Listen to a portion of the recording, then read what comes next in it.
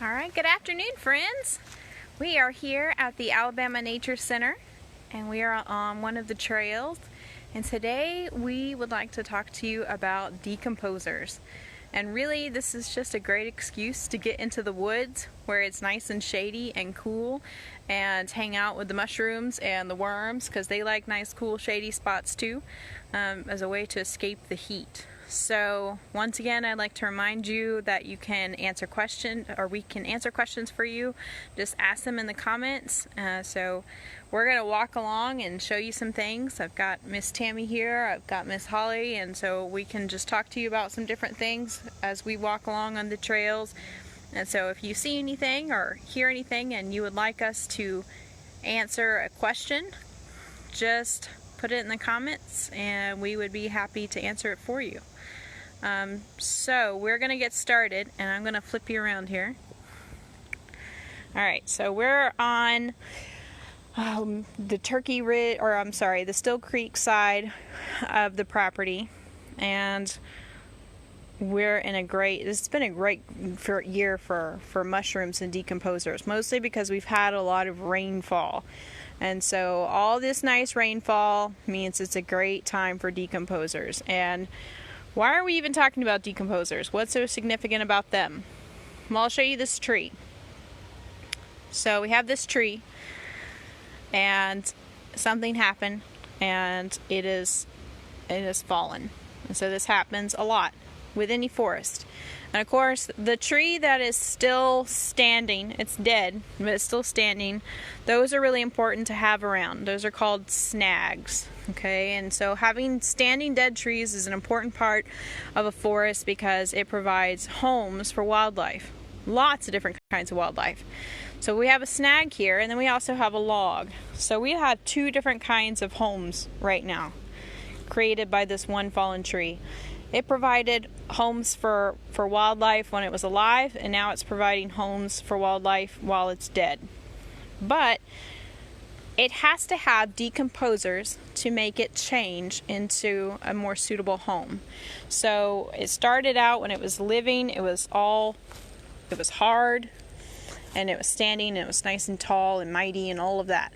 But now we have decomposers at work that are turning this tree softer and turning this log softer. And that allows larger animals to come in, like say a woodpecker could come in and start to make a cavity or a hole in the tree. And then a secondary cavity nester, like a bluebird or an owl, could come in after the woodpecker, and it could live in there as well. So in order for the woodpecker to go in and excavate a cavity, unless there was already a natural cavity in the tree, the wood needs to be softer. We only have one woodpecker in Alabama that makes cavities in live trees. Does anyone know what woodpecker it is? I'll let you think about that for a second. One woodpecker makes cavities in living trees. The rest of them need dead trees, but we need our decomposer friends. So what are decomposers? Decomposers are the things that slowly start turning this into softer and softer wood and eventually turn it back into the soil. I'm going to zoom in on the forest here. You can see there is another snag in the distance. It has some natural cavities, so holes that were in it naturally. It's gotten softer and softer, and animals will start putting more holes. This is part of a healthy forest, is seeing these dead trees. Alright, so these decomposers, they can be bacteria, they can be funguses like mushrooms, and they can be all sorts of invertebrates like worms and beetles and all kinds of different insects, millipedes and things like that, that are going to eat away. Termites, they're going to eat away at the wood, and they're going to soften it, they're going to build tunnels through it, and they're going to be turning that wood back into soil. Thank you, Tara. She says she likes our live videos. I'm really glad. Thank you for letting us know.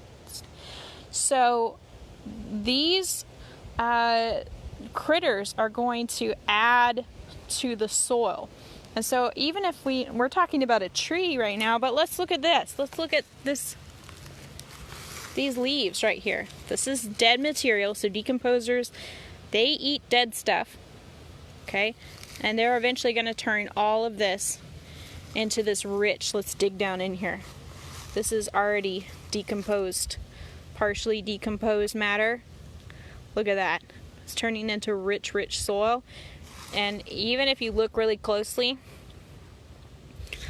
these little tiny thread-like pieces right here, these are the mycelium of funguses.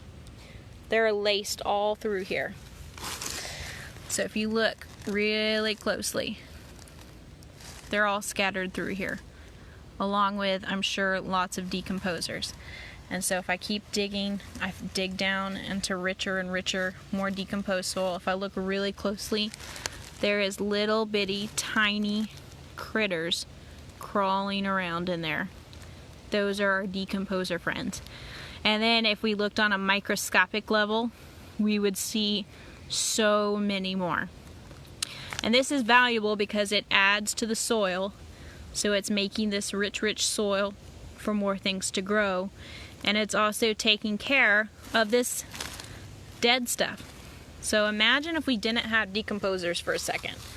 Imagine, if you will, this forest where these trees die and the leaves fall and everything were to build up and it would never go away. Well, if it would never go away, we would just be overrun with dead stuff. There would be no room for the new stuff to grow. But not only that, if you think about some of these living trees, these living trees need nutrients to keep growing. And so they use up those nutrients, just like you use food in your pantry. Eventually you're going to run out, right? So the decomposers continue to return those nutrients. They take the dead stuff and they return more nutrients into the soil. So they keep a fresh supply for all of our plants. So this is a very important cycle. And decomposers are very underappreciated because they're a necessity. They're a necessity for soil health. And you have to have, everything starts at the soil. Everything starts at the soil. This forest wouldn't be the way it is, and wildlife wouldn't be able to live here if it weren't for the soil. So it all goes back to decomposers. And no one really talks about decomposers, and they are very, very, very important. I'm going to put this back like I was never here. Okay. So we're going to walk around and we're going to look at a few things. And one of those things, look at this guy. This is a big, gnarly mushroom. Oh, by the way, so I asked you a question earlier about woodpeckers. So the only woodpecker in Alabama that builds a cavity in a living tree is the red-cockaded woodpecker, which is an endangered species. It can be found here in Alabama. Our other woodpecker species build in dead trees. But the red-cockaded woodpecker, even though it builds its cavities in living trees, it really likes trees that are old enough to get a disease called red heart disease. So it's still, the wood's softened. So anyways, fun fact. So this mushroom right here, and I'm not even going to pretend to know so much about mushrooms that I can tell you every single mushroom. I can identify some mushrooms. I'm just beginning the mushroom journey. Oh, we have one in our backyard. Nice. But I can tell you about them. And I can tell you some things to help you perhaps come to know how to identify them. There are some excellent mushroom field guides out there. There are also some excellent groups out there, Facebook groups, to help you learn to identify mushrooms.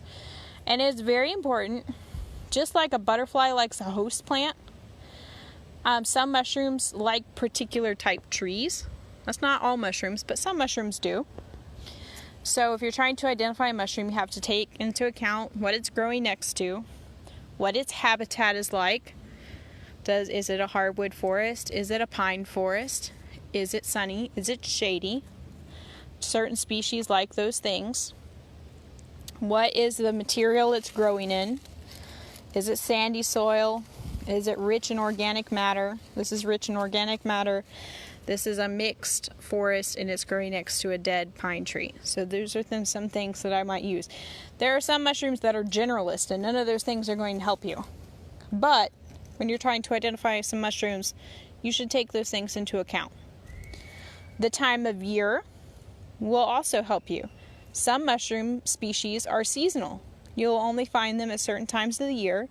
And it has to do sometimes with the amount of rainfall and humidity and temperature. And a lot of times it's soil temperature too. What's the temperature of the soil? So those things are also very important. And being able to look at a mushroom and tell its shape, its texture, its smell, and then I'm going to look under here, because being able to look on the underside of it and seeing if it has gills, oh, my phone's acting crazy, if it has gills or pores or teeth, that almost looks like teeth, but it's very pore-like. Seeing if it, when you press it, does the color change? If it has, when you look at the stalk of it, what's the stem part look like? Does it have a ring around it where it kind of busted out of a membrane when it was growing? And then sometimes you can see the different stages. So this one looks to be a fully mature version of this mushroom, while if I go over here, these are more than likely the same fungus. And so what we've got going on, you got to think about the mushroom a mushroom is a fungus, not a plant. So totally different kingdom here. You've got the plant kingdom and you've got the fungus kingdom. But if you were to think of it like a plant, you could think of mushrooms like the flower part. So the body of the mushroom is underground, the fungus. The mushroom is just the technical difficulties here because I just stepped in ants. So, one moment.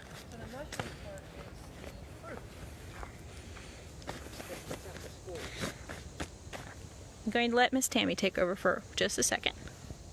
So the mushroom part itself is just the fruit that puts out the spores. We finished looking at these guys, and what I always find neat about these guys is that little dip in there, this particular type of mushroom, did you see that? That's another way to mark it. Do they mark when you touch it? Will they mark on the top? Will they mark on the bottom? And you see the little water that it's holding inside the center there? Now I'm going to move over to another area where we can demonstrate really quickly that the whole mushroom is underneath the ground and that the mushrooms themselves are just the fruiting body. If you can look right here, see these mushrooms? This one, and look around, that one, and that one, and that one, and you see where they're all over there? This is probably one organism, and the mushrooms that you see are the fruiting bodies that will develop the spores. But all underneath the ground there, they are connected by tiny, tiny little thread-like organs called hyphae. And that's where the mushroom is. And if you see a fairy ring, then what you have are the outskirts of the fungi that is growing underground. Okay? Kristen has handled the technical difficulty and is back. Trying to look at these, what kinds of mushrooms that we... Upside down. So this is I think these are some trying to examine this. What do you think these are, Miss Tammy? They look like false chanterelles to me, but They look that way with their false gills on the bottom, right? so they have, well, so a chanterelle has false gills. It doesn't have real true gills, but this one looks like it has true gills, so it makes me think it's a false chanterelle. Which, isn't that funny? A false chanterelle has true gills, but a true chanterelle has false gills. It's confusing. I have to check on that. But I can see its shape. I'm looking at its under parts here. I can see where it came up out of the ground. Those are things that I would go back, and of course I would not verify this in the field. I would go back to my field guide, or I would go back to some experts, and I would take a picture and describe to them the characteristics and the habitat, and verify. And that's how you learn.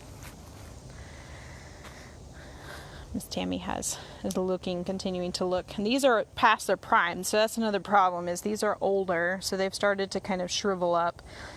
It makes it harder to identify some species unless you're really good at doing this and you've spent a lot of time with it. And that's another interesting thing about mushrooms, is that their lifespan is so quick. Mm-hmm. Yesterday we came by and they were fresh and not dry, and today, with the breeze that we've had going today, they are already dried out. But the next time it rains, if you walk outside, the mushrooms will have a growth explosion. Mushrooms are very dependent on water. I should say some species, a lot of mushroom species, the more rainfall you have, the better they are. Although there's some mushrooms that are very adapted to certain dry times, but you're going to probably see a greater diversity of mushrooms when you have a lot of rainfall. So let's walk down here. We're going to look at some things. Okay. And so, and going on a mushroom walk is a lot of fun. You start to notice them everywhere. Look at these little mushrooms right here that look like little turkey tails. They're a type of bracket fungus, so they're hanging like brackets on this stick right here. They're very pretty. Those are fresh and new. Let's see what else we can find. Looking for mushrooms. Ooh, and then we have some lichens. So this lichen right here is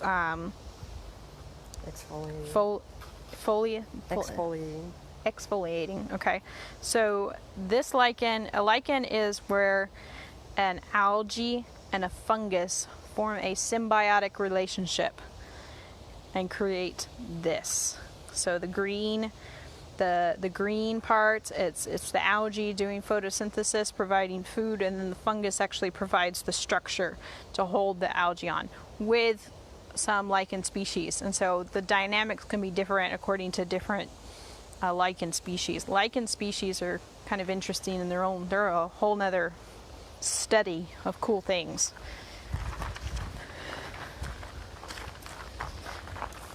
All right, so we're gonna walk down to see if Miss Holly found something. Did you find a mushroom?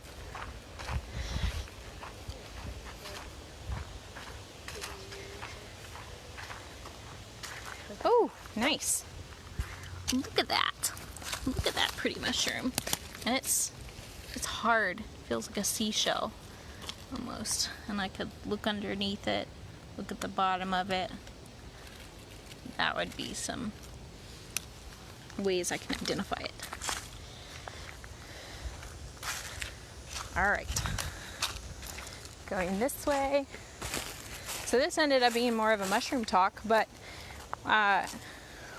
we might have to come back and talk about other decomposers next week. That is a very pretty mushroom. I wanted to bring it to you because on the underneath side and the gills, when I very first picked it up, you could see the beetles still in it. And beetles will lay eggs in the gills of the mushrooms, and their larvae will grow up there. And kind of like how butterflies have host plants in flowers, beetles can have host mushrooms where they're very specific to laying their eggs in. That's super cool. And if you wanted to talk about doing spore prints really quick, another way to identify your mushroom is to take your cap and put it on a white piece of paper and let it sit overnight. And when you pick it up the next day, the spores will be released in a very specific print pattern. That'll help you with your identification too, sometimes. And sometimes it is just really cool to do, to look at the spores.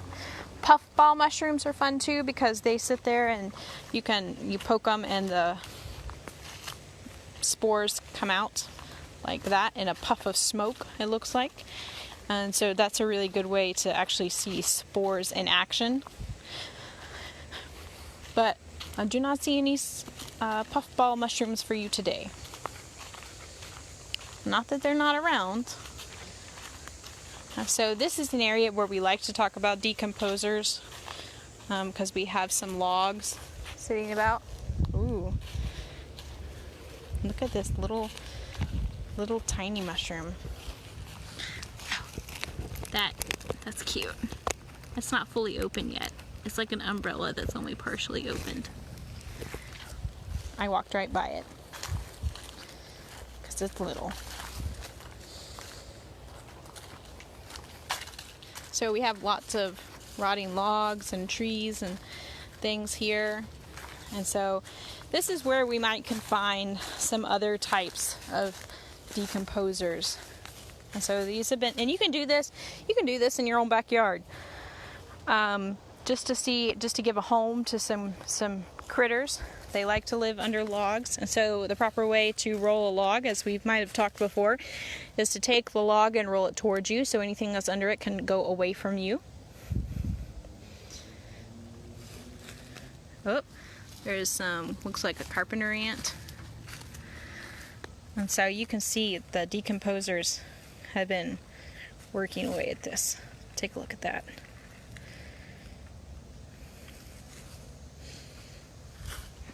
And then you'll find, you can find other, ooh, look at this, best beetle. Best beetles are so cool. So this is a little decomposing critter. Look at those little pinchers. Miss Tammy, what can you tell us about best beetles? Besides the fact that they're super cool to find and I like to play with them. They are super cool. Check out his long mandibles up there in front for shredding the bark. If you look at the log down here, you see this powdery stuff. He chews through that and creates tunnels in the log. So as a decomposer, he's very important. Also, the larva will chew up the detritus down here as well. She'll lay her eggs in there, and the larva will live in between the log layer and the soil layer, eating the detritus. Very important. Sometimes those guys make great sounds when you hold them. They have a... And Miss Holly found the larva of the best beetle. Nice. So we'll put best beetle back. Best beetle. And let's go look at the larva. So obviously it's an insect, so you can imagine that it has to go through metamorphosis. So its larva is not going to look anything like it, right? Oh, cool. Look at that. Look at that. That's cool. So that's going to turn into that creature we just saw. Take a look at that. Ow! Look at it working. That's awesome. Decomposers as young and as adults, working through making that tunnel. I gotta poke you. Oh, it's squishy. So you need to go roll some logs, find some areas where you can roll some logs. There's a whole nother world under logs. And then you might have secondary animals like salamanders and frogs and stuff. Finding a nice refuge under a log, and also eating bugs. Look at it working away. Oh, it fell. Cool. And here's the other ones. And I'm thinking that this one, let's see. Now this one. You don't look too good. You look good.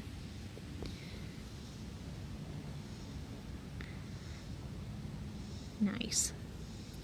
So we might have to come back and do a part 2 of just looking for bugs. We spent a lot of time talking about mushrooms. Look, there's a snail. But we should dig for worms or something next week. Oh, nice. There's an earthworm. Just came out of the log. Right as I said, worms. Nice. All these guys right under a log. And they're turning this, what was something very hard and strong, turning it into this. Look at that. That's nice stuff. So, we're probably going to talk more about this. So Mama actually stays near them if you find Mama? So Miss Tammy said Mama stays near them. We did not find Mama. She helps them get their food, like part of her chewing things down. Helps them to get their food. Nice. Mama helps them get their food. That's very interesting. And some of those tunnels up there in that log, I'm sure you can contribute to Mama. Yeah. All right.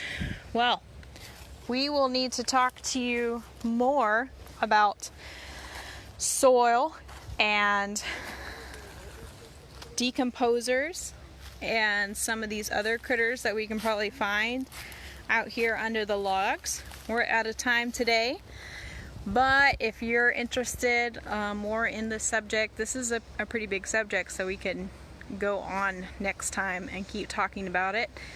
And please let us know if you like this video, and share to your Facebook page so that others can find the videos and watch them as well.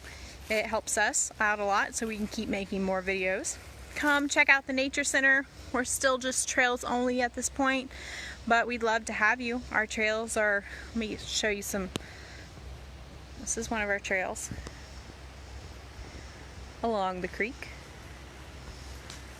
This is Cypress Creek. It's a nice place to go. It's nice and cool here under the trees with a nice breeze. And so please let us know if you have any questions. You can continue commenting on the video even after it's posted, and we'd love to get your questions and be able to answer them. So I hope you have a great weekend. Come back and tune in next week for another live Naturalist chat. Bye!